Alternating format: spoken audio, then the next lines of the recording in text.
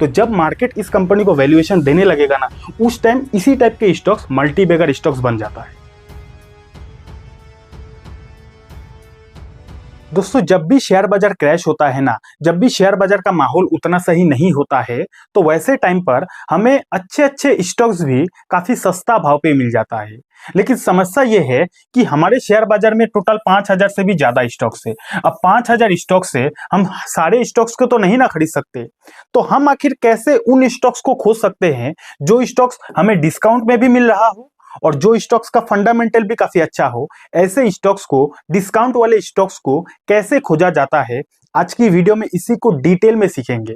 Technical को भी सीखेंगे कि कैसे टेक्निकल तरीके से देखा जाता है कि कोई भी स्टॉक्स का डिस्काउंट लेवल कहाँ है, और फंडामेंटल तरीके से भी सीखेंगे कि कैसे फंडामेंटली देखा जाता है कि उस स्टॉक का आखिर वैल्यूएशन कितना है। दोनों को कंबाइन करके आज सीखेंगे कि कैसे एक अंडर वैल्यूड स्टॉक्स को, यानी कि डिस्काउंट स्टॉक्स को खोजा जाता है।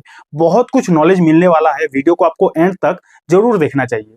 तो चलिए करते हैं इस पावरफुल वीडियो की शुरुआत। तो कोई भी स्टॉक को, डिस्काउंट लेवल को हम लोग कैसे पहचान सकते हैं? मान लीजिए आपने इतना दिन से काफी सारे स्टॉक्स को अपने रडार पर रखा था, stock A, stock B, stock C, stock D, काफी सारे स्टॉक्स को आपने रडार पर रखा था, और आज के टाइम पे मार्केट के क्रैश की वजह से, मार्केट में प्रेशर की वजह से इन सारे स्टॉक्स का प्राइस काफी ज्यादा गिर चुका है। अब स्टॉक्स का प्राइस गिर चुका है, इसका मतलब ये सारा शेयर सस्ता हो गया? इतना आसान भी नहीं होता है। काफी सारी चीजों को चेक करना पड़ता है। बहुत सारा चीजों को चेक करने के बाद ही वैल्यूएशन का अंदाजा लगाया जाता है, और वही सारी चीजों को आज की वीडियो में सीखने वाले हैं। ठीक है, तो जो जो स्टॉक्स को आपने इतना दिन रडार पर रखा था कि ये स्टॉक्स को मैं डिस्काउंट पे खरीदूंगा, और आज के समय में मार्केट क्रैश की वजह से वो सारा स्टॉक्स का प्राइस गिर गया है, तो आप कैसे उन स्टॉक्स का डिस्काउंट लेवल को पता लगा सकते हो? पहले टेक्निकल तरीके से समझ लेते हैं, यानी कि चार्ट को देखकर समझ लेते हैं कि कैसे चार्ट को देखकर हम किसी भी स्टॉक का डिस्काउंट लेवल को पता लगा पाएंगे। ठीक है, तो चलिए मैं यहाँ पे अपना ट्रेडिंग व्यू को ओपन कर लेता हूँ। आप भी जिस चार्टिंग सॉफ्टवेयर को यूज करते हो, उस चार्टिंग सॉफ्टवेयर को आपको ओपन कर लेना है। तो यहाँ पे मैंने रेंडमली एक कंपनी का चार्ट को ओपन कर दिया है। क्लियर कर दूं, कोई बाई सेल का रिकमेंडेशन नहीं है, मुझे आपको समझाना है तो किसी ना किसी कंपनी का चार्ट को तो ओपन करना ही पड़ेगा। ठीक है, अब अगर आप देखोगे तो ये कंपनी का प्राइस भी अपना टॉप लेवल से काफी ज्यादा गिर गया है। अब टॉप लेवल से गिरा है, इसका मतलब कंपनी का जो प्राइस है वो काफी ज्यादा सस्ता हो गया, कंपनी हमें डिस्काउंट में मिल रहा है। तो ये सोचना थोड़ा सा जल्दबाजी हो जाएगा। काफी सारी चीजों को देखना पड़ता है, टेक्निकली भी और फंडामेंटली भी। तो हम पहले टेक्निकली देख लेते हैं। तो किसी भी स्टॉक को अगर आपको लॉन्ग टर्म के लिए खरीदना है या फिर स्विंग पर्पस के लिए खरीदना है, स्विंग ट्रेडिंग करना है, तो हमेशा कोशिश कीजिएगा कि उस स्टॉक को आप सपोर्ट लेवल पे खरीदो, यानी कि मेजर सपोर्ट लेवल पे खरीदो। सपोर्ट रेजिस्टेंस समझते हो ना? सपोर्ट एक ऐसा लेवल होता है जिस लेवल पे आने के बाद शेयर का प्राइस वहां से बार बार बढ़ता है, और रेजिस्टेंस एक ऐसा लेवल होता है जिस लेवल पे जाने के बाद शेयर का प्राइस वहां से बार बार गिरता है। तो हमें अगर स्विंग ट्रेडिंग के लिए किसी भी स्टॉक को खरीदना है या फिर लॉन्ग टर्म इन्वेस्टमेंट के लिए किसी भी स्टॉक को डिस्काउंट में खरीदना है, तो डिस्काउंट में अगर आपको खरीदना है तो आपको हमेशा कोशिश करना है कि सपोर्ट लेवल पे खरीदो। सपोर्ट लेवल यानी कि ऐसा लेवल जिस लेवल पे आने के बाद शेयर का प्राइस बार बार वहां से बढ़ता है। तो उस लेवल पे अगर हम लोग खरीद लेते हैं तो वहां पे आने के बाद शेयर का प्राइस जब बढ़ेगा तो हमारा प्रॉफिट थोड़ा सा ज्यादा हो जाएगा, क्योंकि हमने एकदम मेजर सपोर्ट लेवल पे खरीदा है। आशा करता हूं आप समझ चुके होंगे। अगर आपको टेक्निकल एनालिसिस का थोड़ा भी नॉलेज होगा तो सपोर्ट रेजिस्टेंस क्या होता है आप तो समझते ही होंगे। अगर आप इतना भी नहीं समझते तो आप हमारा टेक्निकल एनालिसिस वाला ये वाला वीडियो देख लेना, सब कुछ समझ जाओगे। ठीक है, तो सपोर्ट लेवल हमें ढूंढना है, मेजर सपोर्ट लेवल आखिर स्टॉक का कहाँ है। ये स्टॉक डिस्काउंट में तो मिल रहा है, लेकिन क्या ये स्टॉक्स अपना मेजर सपोर्ट के पास है? ये चीज हमें देखना है। तो ऐसे आपको चार्ट को ओपन कर लेना है। ओपन करने के बाद अगर आपको ज्यादा घिची-मिची दिखे, ज्यादा मतलब कंफ्यूजन दिखे, तो आपको सिंपली यहाँ पे जाना है, कैंडल को 1 डे के जगह 1 वीक कर देना है। 1 वीक जैसे ही आप कर दोगे ना, तो यहाँ पे जितना भी घिची-मिची होगा वो घिची-मिची थोड़ा सा कम हो जाएगा। उसके बाद हमें मेजर सपोर्ट लेवल को ढूंढना है। मेजर सपोर्ट लेवल हमें इसीलिए ढूंढना है कि कोई भी स्टॉक अगर अपना मेजर सपोर्ट लेवल पे आ जाता है ना, तो वहां से उस स्टॉक का प्राइस का बढ़ने का काफी ज्यादा चांसेस रहता है, और इसका हम काफी अच्छे से फायदा उठा सकते हैं। इसलिए मेजर सपोर्ट लेवल को ढूंढना बहुत जरूरी होता है। ओके, अगर आपको उतना समझ में नहीं भी आ रहा है, वीडियो को थोड़ा सा आगे तक देखोगे सब कुछ क्लियर हो जाएगा। हाँ, थोड़ा सा वीडियो एडवांस है, लेकिन आपको वीडियो अगर पूरा देखते हो पूरा कंफ्यूजन क्लियर हो जाएगा, ठीक है। तो यहाँ पे कैंडल के जैसा होगा, पहले तो आपको 1 वीक में कर देना है। 1 वीक में जैसे ही कर दोगे घिचीमिची थोड़ा सा कम हो जाएगा। फिर भी अगर आपको घिचीमिची दिख रहा है तो यहाँ पे कैंडल है ना, कैंडल को हटा के आपको लाइन कर देना है। लाइन जैसे ही आप कर दोगे तो सपोर्ट और रेजिस्टेंस लाइन को ड्रॉ करना आपके लिए इजी हो जाएगा, ठीक है। अब यहाँ पे हमने लगा दिया है। अब इस चार्ट को देखकर हमें क्या फीलिंग आ रहा है? इस चार्ट को तो देखकर हमें यही लग रहा है कि पहला बात, ये स्टॉक अपने टॉप लेवल से काफी ज्यादा करेक्शन हो चुका है, टॉप लेवल से गिर चुका है। पहला ये चीज हमें लग रहा है। दूसरा चीज, हमें मेजर सपोर्ट लेवल को ढूंढना है। मेजर सपोर्ट लेवल कैसे ढूंढेंगे? उसके लिए आपको थोड़ा सा चार्ट को ऑब्जर्व करना पड़ेगा। ऑब्जर्व जैसे ही आप करोगे तो आपको दिखेगा, यहाँ पे आप देख पाओगे, ये देखो स्टॉक का प्राइस यहाँ पे गिरा, इसी पॉइंट पे आने के बाद स्टॉक का प्राइस बढ़ने लगा। फिर स्टॉक का प्राइस गिरा, मोटा मोटी इसी पॉइंट पे आने के बाद फिर एक बाउंस बैक आया। फिर आप देखोगे स्टॉक का प्राइस गिरा, फिर मोटा मोटी इसी पॉइंट पे आने के बाद एक बाउंस बैक उछाल आया। फिर देखो यहाँ पे गिरा, इसी पॉइंट पे आने के बाद बाउंस बैक उछाल आया। उसके बाद फिर गिरा, इसी पॉइंट पे आने के बाद बाउंस बैक उछाल आया। कुल मिलाकर अगर आप चार्ट को ठीक से ऑब्जर्व करोगे तो आप देख पाओगे कि ये एक ऐसा जोन है जिस जोन पे आने के बाद स्टॉक का प्राइस बार बार वहां से बाउंस बैक कर रहा है। तो यहाँ पे चार्ट तो हमें ये बता रहा है कि ये जो जोन है, ये जो जोन आप देख रहे हो, ये जोन इस स्टॉक का एक मेजर सपोर्ट लेवल हो सकता है। क्यों मेजर सपोर्ट लेवल हो सकता है? इसके पीछे क्या लॉजिक है? लॉजिक यही है कि इस जोन के भीतर, ये जो बॉक्स मैंने बना दिया, इस जोन के अंदर ये स्टॉक बार बार आया है, बार बार वहां से उछाल आया है, बार बार गिरा है, उसी जोन से उछाल आया है। तो मे भी ऐसा भी हो सकता है कि ये स्टॉक फिर से इसी लेवल के आसपास आया है। मे भी हो सकता है कि यहां से एक और उछाल आ जाए। मे भी, इसका कोई गारंटी नहीं है कि यहां से उछाल आएगा ही, लेकिन टेक्निकली अगर आप देखोगे तो भैया टेक्निकल बार बार यही बोला है कि यहां भी आया था, बाउंस बैक आया, फिर गिरा, फिर बाउंस बैक आया, फिर यहां पे आया था, यहां से बाउंस बैक आया। तो टेक्निकल तो ये बता रहा है कि ये जो जोन है, ये जोन इस स्टॉक का मेजर सपोर्ट लेवल हो सकता है। तो अगर हम लोग स्विंग ट्रेडिंग के लिए किसी भी स्टॉक को ढूंढेंगे मेजर सपोर्ट लेवल, या फिर इन्वेस्टमेंट करने के लिए किसी भी स्टॉक का मेजर सपोर्ट लेवल ढूंढेंगे, तो इस स्टॉक का यहाँ पे मेजर सपोर्ट लेवल हो सकता है। ठीक है, क्लियर हो गया बात। अब ऐसा जरूरी नहीं है कि कोई भी स्टॉक अपने मेजर सपोर्ट लेवल के पास आया उसके बाद वहां से उस स्टॉक में तेजी आएगा, इसका कोई गारंटी नहीं है, जरूरी नहीं है। हो सकता है कि मार्केट में और ज्यादा प्रेशर आ गया, इस स्टॉक में और ज्यादा प्रेशर आ गया, तो हो सकता है ये स्टॉक अपना मेजर सपोर्ट लेवल का भी ब्रेकडाउन कर दे। और अगर कोई स्टॉक अपना मेजर सपोर्ट लेवल का ब्रेकडाउन कर देता है तो फिर वो स्टॉक कहां तक आ सकता है? सिंपल है, वो स्टॉक उसके नीचे जो सपोर्ट लेवल होगा वहां तक आ सकता है।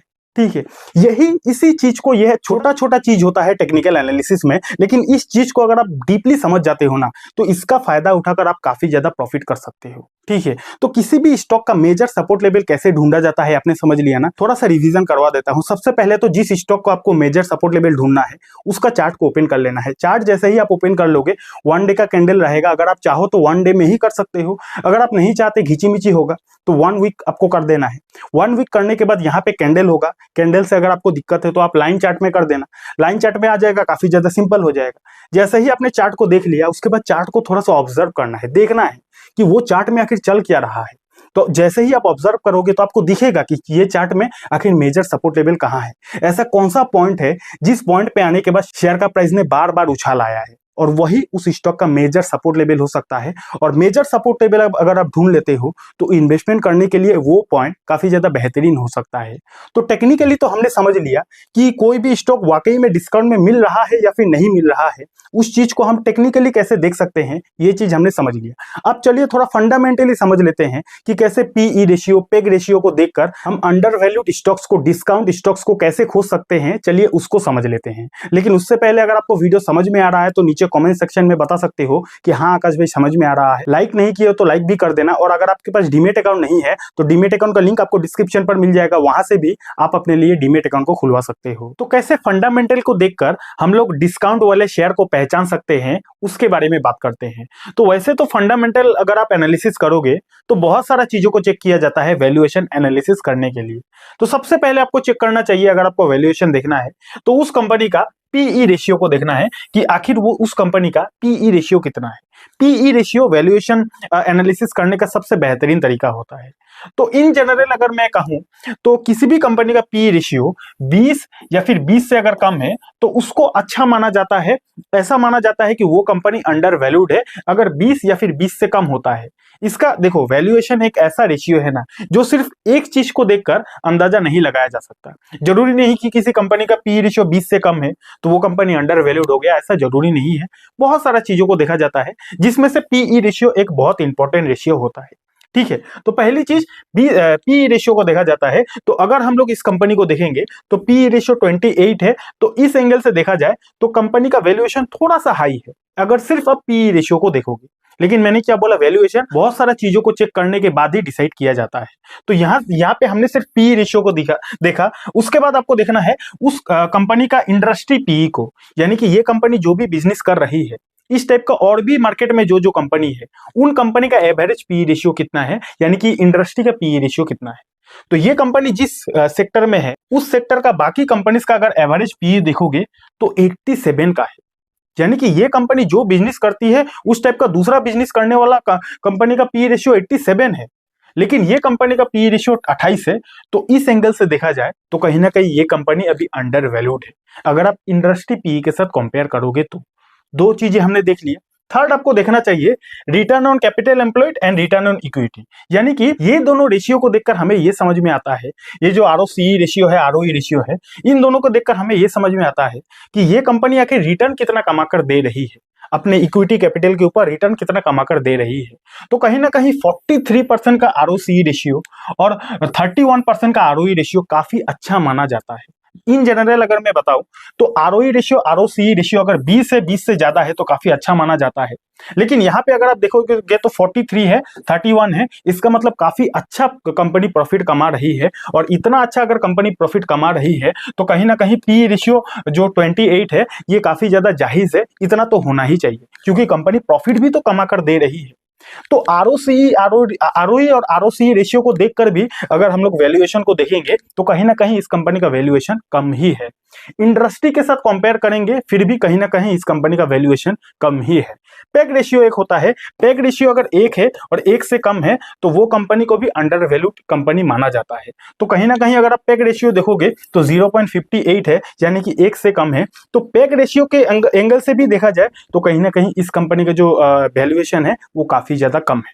मैंने बोला ना वैल्यूएशन एक बहुत बड़ा चैप्टर होता है। आज आपको डीप नॉलेज मिल रहा है, वो नॉलेज जो आपको हर कोई नहीं सिखाता है। तो पहली बार इतना डीपली वैल्यूएशन को सीख रहे हो तो लाइक कर देना, प्यारा सा कमेंट कर देना। और अगर आपको शेयर मार्केट के बारे में कुछ भी सीखना है, चाहे trading, investing, mutual fund, SIP, तो आपको हमारे यूट्यूब चैनल पर जाना है, प्लेलिस्ट वाले सेक्शन में जाना है।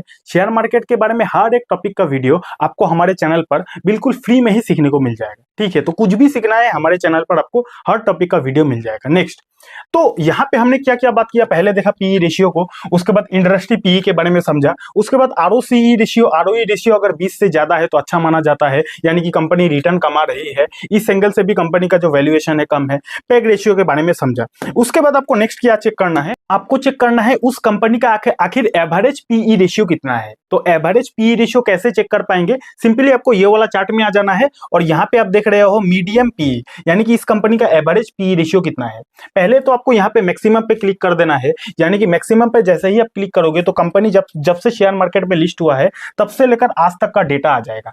मैक्सिमम पे आपने क्लिक कर दिया, उसके बाद आपको मीडियम पीई को देखना है, यानी कि एवरेज पीई को देखना है। तो एवरेज पीई इस कंपनी का 57 है, यानी कि इस कंपनी का जो पीई रेशियो है वो ऑन एन एवरेज 57 का रहता है। तो ऑन एन एवरेज 57 का रहता है और अभी के टाइम पे इस कंपनी का करंट पीई रेशियो चल रहा है 28 का। तो इस एंगल से भी देखा जाए तो ये कंपनी अभी अंडर वैल्यूड है, यानी कि डिस्काउंट में है, क्योंकि इस कंपनी का एवरेज पी 57 है लेकिन अभी है 28। तो कहीं ना कहीं कंपनी का पी रेशियो काफी ज्यादा कम है। ठीक है, वैल्यूएशन काफी ज्यादा कम है। उसके बाद आपको देखना है कि ये जो ब्लू लाइन देख रहे हो ये पीई रेशियो का लाइन है। यहीं पे आप देख रहे हो कि पीई रेशियो लगातार गिरते जा रहा है और ये जो लंबा लंबा लाइन देख रहे हो ये कंपनी का अर्निंग का ग्राफ है। तो कंपनी का अर्निंग तो बढ़ते ही जा रहा है लेकिन कंपनी का पीई रेशियो कम होते जा रहा है। तो इस टाइप के कंपनी को अगर आप खोज लेते हो ना तो भैया ये टाइप का कंपनी रिटर्न काफी छप्पर फाड़ के देता है, क्योंकि कहीं ना कहीं कंपनी पैसा भी कमा रही है और कंपनी को मार्केट उतना वैल्यूएशन भी नहीं दे रहा है। तो सोचो जरा, जब मार्केट इस कंपनी को वैल्यूएशन देने लगेगा, कंपनी पैसा तो कमा ही रहा है क्योंकि ग्राफ में हमको साफ साफ दिख रहा है, और कंपनी को मार्केट अभी के टाइम पे वैल्यूएशन नहीं दे रहा है। तो जब मार्केट इस कंपनी को वैल्यूएशन देने लगेगा ना उस टाइम इसी टाइप के स्टॉक्स मल्टी बैगर स्टॉक्स बन जाता है। ठीक है, तो मजा आ रहा है कि नहीं? मजा आ रहा है तो नीचे कमेंट कर देना। तो इसी टाइप से आपको स्टॉक्स का एनालिसिस करना चाहिए, अंडर वैल्यूड स्टॉक्स को देखना चाहिए। आपको देखना है कि जो कंपनी पैसा भी कमा रही है और वो कंपनी का वैल्यूएशन भी कम है, वही मौका होता है स्टॉक्स को खरीदने का। ठीक है, इस एंगल से भी वैल्यूएशन देखा जाता है। थर्ड, एक और एंगल से वैल्यूएशन को देखा जाता है कि वो कंपनी जिस भी सेक्टर से बिलोंग करती है, उस सेक्टर का जो टॉप की कंपनीज है, उन टॉप की कंपनीज का आखिर पी रेशियो कितना है, उससे भी आपको कंपेयर करना चाहिए। तो पीयर कंपैरिजन में आपको आ जाना है। टॉप की कंपनीज का पी रेशियो 84 है, दूसरा नंबर पे जो कंपनी है उसका 90 है, तीसरा नंबर पे जो हमने एनालिसिस किया यही कंपनी है। तो आप जरा देखो ये कंपनी जिस सेक्टर से बिलोंग करती है, एग्जांपल दे रहा हूं, मान के चलते हैं ये कंपनी साबुन बनाती है। ठीक है, अब ये कंपनी अगर साबुन बनाती है तो इसका कॉम्पिटिटर भी साबुन ही बनाती होगी। तो इसका कॉम्पिटिटर जो कि टॉप में है, उन दोनों कंपनी का 84 और 90 का पी रेशियो है, इतना ज्यादा हाई है। और ये भी कंपनी सेम काम करती है और इस कंपनी का पी रेशियो 28 का है। तो इस एंगल से भी देखा जाए तो ये जो कंपनी है ये काफी ज्यादा अंडर वैल्यूड है। ठीक है, क्लियर हो गया बात। तो हमने बात किया पहले कि कैसे टेक्निकल चार्ट को देखकर किसी भी कंपनी का जो सपोर्ट लेवल है, मेजर सपोर्ट लेवल है, डिस्काउंट लेवल है, उसको कैसे खोजा जाता है, हमने बात किया। और कैसे फंडामेंटल को देखकर, पीई रेशियो को देखकर, इंडस्ट्री पीई रेशियो को देखकर, पेग रेशियो को देखकर, return on equity, return on capital employed को देखकर, कैसे ग्राफ को देखकर अंडर वैल्यूड स्टॉक्स को पहचाना जाता है, हमने मोटा मोटी सब कुछ सीख लिया। ठीक है, अगर आपको भी समझ में आया तो कमेंट करना मत भूलना। फाइनल पॉइंट क्या है कि यहाँ पे मैंने क्या लिखा हूं कि बियरिश मार्केट में स्टॉक कितना भी गिर सकता है। देखो, हमने तो बात किया कि कैसे अंडर वैल्यूड स्टॉक्स को खोजा जाता है, पहचाना जाता है, लेकिन जब मार्केट में गिरावट चल रहा होता है ना, जब मार्केट ही बियरिश होता है, तो वैसे टाइम पर स्टॉक कितना भी गिर सकता है। यहाँ पे हमने देखा कि ये स्टॉक काफी ज्यादा अंडर वैल्यूड है। अब हम लोग अगर बियरिश मार्केट में, यानी कि जब मार्केट क्रैश हो रहा होता है, वैसे टाइम पर खरीदेंगे ना, तो चाहे स्टॉक्स कितना भी अंडर वैल्यूड हो, उसमें गिरावट होगा ही। ऐसा मत सोचिएगा कि मैंने डिस्काउंट में खरीद लिया है तो मेरा खरीदने के बाद शेयर का प्राइस भागेगा ही भागेगा, ऐसा जरूरी नहीं है। क्योंकि आपने तब खरीदा है स्टॉक को जब मार्केट बियरिश है, जब मार्केट में प्रेशर है, तब आपने खरीदा है। तो जब भी बियरिश मार्केट में आप किसी भी स्टॉक को खरीदते हो तो आपका खरीदने के बाद 5%, 10%, 20%, 30% आराम से गिर सकता है। तो इसीलिए आपको मेंटली प्रिपेयर रहना है, पॉइंट नंबर 1। पॉइंट नंबर 2 क्या है कि बियरिश मार्केट में सपोर्ट लेवल टूटना बहुत ही कॉमन है। पहले हमने बात किया था टेक्निकल चार्ट में कि सपोर्ट लेवल कैसे खोजा जाता है। तो जब भी मार्केट में प्रेशर चलता है ना, तो सपोर्ट लेवल टूटना काफी ज्यादा कॉमन है। आप सोचोगे कि मैंने एक अच्छा सपोर्ट लेवल पे स्टॉक को बाई किया है, लेकिन आपको यह भी जानना पड़ेगा कि आप चाहे कितना भी अच्छा सपोर्ट लेवल पे स्टॉक को बाई करो, बियरिश मार्केट में सपोर्ट लेवल को टूटना आम है। ये सपोर्ट टूटेगा, नीचे वाला सपोर्ट में आ जाएगा, फिर नीचे वाला सपोर्ट टूटेगा, फिर और स्टॉक नीचे आ सकता है। ऐसा आपको मेंटली प्रिपेयर रहना है। कुल मिलाकर बियरिश मार्केट में मौका तो मिलता है स्टॉक्स को डिस्काउंट में खरीदने का, लेकिन आप खरीदोगे, खरीदने के बाद ही आपको रिटर्न मिलेगा, इसका कोई गारंटी नहीं है। इसीलिए शेयर बाजार में पैसा लगाने से पहले अपना दिमाग का यूज करें और अपने फाइनेंशियल एडवाइजर से आपको सलाह जरूर लेना है। ठीक है, ये वीडियो आपको कैसा लगा नीचे कमेंट करके बता देना। अगर आपको शेयर मार्केट को फ्री में सीखना है ना, उसके लिए मैंने डेडिकेटेड वीडियो बनाया है। उस वीडियो को अगर आपको देखना है, यहाँ पे क्लिक करके इस वीडियो को देख सकते हो। और अगर आपके पास डीमैट अकाउंट नहीं है, डीमैट अकाउंट का लिंक आपको डिस्क्रिप्शन पर मिल जाएगा। बहुत बहुत धन्यवाद।